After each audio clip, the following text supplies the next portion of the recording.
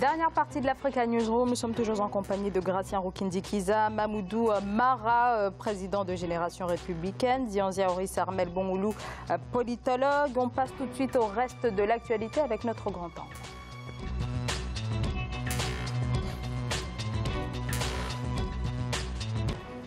Alors qui, pour financer la suite du plan national de développement économique et social, le PNDES du Burkina Faso, un plan ambitieux, son montant plus de 21 milliards de dollars, estimation lors de son lancement en 2016. Ce plan est destiné à concrétiser le programme du président Roch Marc Christian Kaboré en termes de transformation structurelle de l'économie, avec un objectif cible, plus 7,3% de croissance au cours des prochaines années. Marcel Farba-Maroun.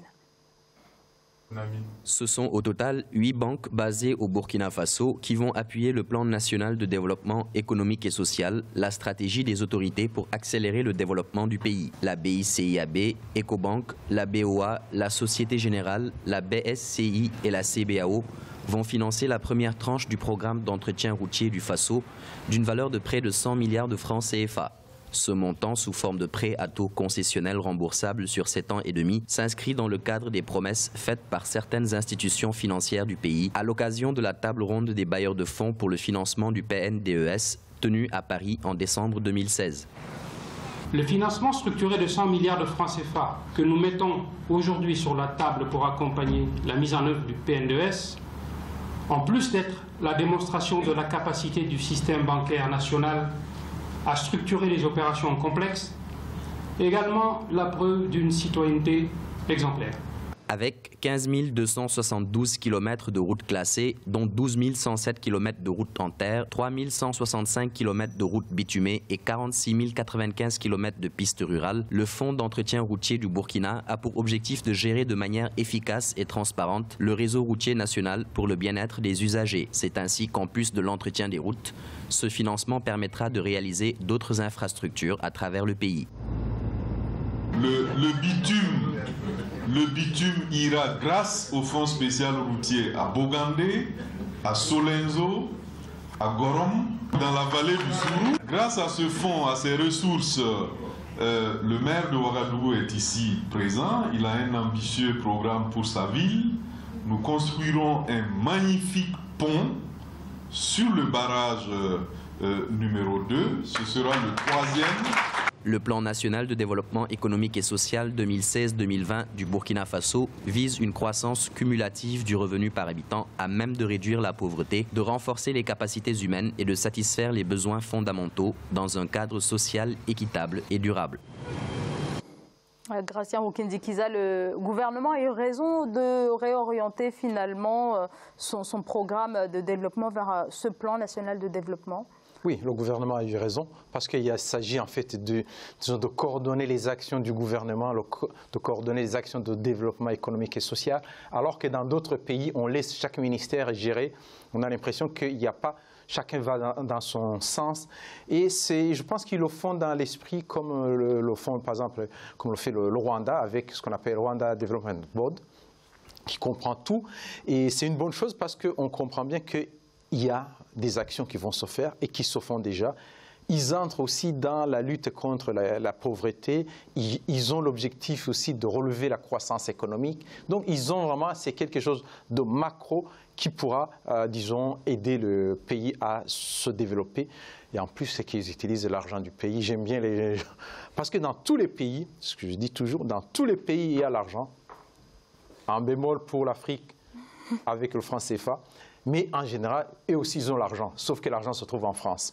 Donc, ils utilisent l'argent local parce que les banques sont capables de prêter pour les opérations. Quand il y a un bon projet, la banque est capable, parce qu'il s'agit de faire la création de la monnaie. On ne peut pas avoir peur de l'inflation, comme certains pays le font, mais on peut y aller quand il s'agit d'un développement. Mieux vaut avoir les prix qui augmentent et les gens qui travaillent, plutôt que d'avoir les prix bas, avec un chômage qui est élevé. C'est très intéressant ce plan national de développement. Beaucoup de pays le font. La Guinée, il y a quelques années, on avait fait. Alors tous les pays aujourd'hui quasiment. C'est très bien, ça y va dans le développement du pays, dans les investissements, ça permet aux caisses publiques d'avoir de l'argent. Mais le bémol que je mets dans le cas de cas de figure, c'est qu'en Afrique, les projets, on est capable de les ficeler, de les écrire et de trouver des financements. C'est le suivi et la faisabilité et l'absorption du projet. C'est aussi ça le problème. Et là, dans ce cas de figure, je crois qu'ils ont détecté des projets, il semblerait qu'ils ont détecté le fonds routier. Le fonds routier à mettre en place. Éventuellement qui est basé sur l'essence. Exactement. Mais ce qui est intéressant de faire, c'est-à-dire que pour des suivis, ils peuvent mettre en place, par exemple, tout ce que, des indicateurs de performance pour des entreprises qui vont ici, qui postuleront pour avoir les marchés publics.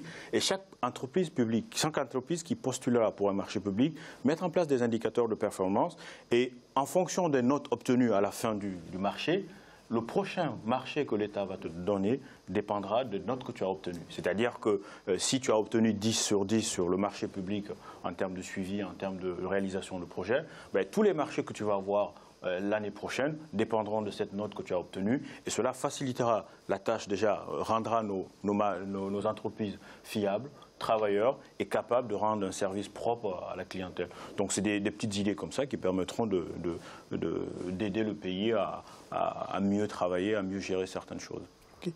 En fait, moi, j'aimerais qu'on félicite d'abord le Burkina Faso pour cette action, une action que je qualifie d'intelligente parce que bon, la création du Programme national de développement économique et social est d'abord une action politique. Une action politique donc, qui vise donc, à bien mener la politique non économique sur le terrain. Et près de 100 milliards aujourd'hui ont été promis par l'institution financière internationale, ce qui est d'ailleurs une somme bien dérisoire. Et il faut aussi féliciter les banques locales qui ont tenu à financer même aussi ce projet. Et c'est aussi le cas qu'on constate toujours dans les pays africains. La plupart des projets sont toujours financés en partie par l'institution financière internationale qui dictent après leurs décisions au gouvernement. Mais dans le cas du Burkina Faso, je trouve que le projet a été très bien établi. Ça démontre aussi la capacité de nos banques à soutenir aussi les programmes de gouvernement. Et ça aussi, c'est à féliciter. Et ça va permettre aussi au pays de combler tous ces retards, puisque bon, dans l'Afrique francophone, le Burkina Faso est quand même un pays moins avancé. 12 000 kilomètres de terre, de route en terre, alors que c'est seulement que 3 000 kilomètres qui ne sont pas bitumés. Je pense d'abord que le Burkina, ça permettra au Burkina Faso de quand même combler ce retard-là sur le plan des infrastructures. Et donner aussi des leçons aux autres pays qui pensent forcément qu'il faut forcément l'aide intellectuelle et l'aide extérieure, financière et extérieure pour nous permettre forcément d'évoluer. Voilà, donc il faut féliciter le Burkina Faso. Il faut encore plus de banques, il faut encore plus d'appuis nationaux au projet pour que le Burkina Faso, ce pays noble que nous respectons beaucoup ici en Afrique, connaisse un essor économique quand même très très important et respectable. Alors en tout cas, le PNDES table sur une hypothèse de croissance en moyenne de 7,3%. C'est ce qui a été posé en 2016 lors du lancement de ce programme. Mais est-ce que la politique actuelle du gouvernement est suffisamment ambitieuse pour pouvoir atteindre cet objectif? Oui, le Burkina Faso se trouve déjà à 6,5% de taux de croissance. Pour avoir les 0,8%, il suffit d'y mettre un peu d'éléments, et je pense qu'ils peuvent arriver à ce niveau. Par exemple, le Burkina Faso se trouve à 2% de taux d'inflation, au lieu de continuer à suivre la politique de l'Allemagne, bien de l'Allemagne, parce que même la France parle de cette politique contre l'inflation. Au lieu d'aller à 2%, ils peuvent relâcher un peu, aller à 4%, ça ne fait pas du mal. Avec 4%, ils peuvent aller pratiquement à 8% de taux de croissance. Et en plus, c'est un pays qui, on a parlé de Côte d'Ivoire, c'est un pays où il y a une bonne répartition, pas une très bonne, mais une certaine répartition des ressources, des revenus, un chômage qui est Alors quand même, assez important. C'est là où j'ai envie de poser la question. On a quand même une croissance, mais sans emploi. C'est là où il y a le bémol quand on parle de croissance. Je le dis toujours, moi, une croissance à 2 chiffres sans ascension sociale, pour moi, c'est une croissance nulle. La population, quand on est chef d'État ou quand on est dirigeant politique, on est appelé à donner de l'espérance. Là où il y a le désespoir, apporter de l'espérance. Et là où il y a de l'opportunisme, apporter un peu d'altruisme sur le sujet.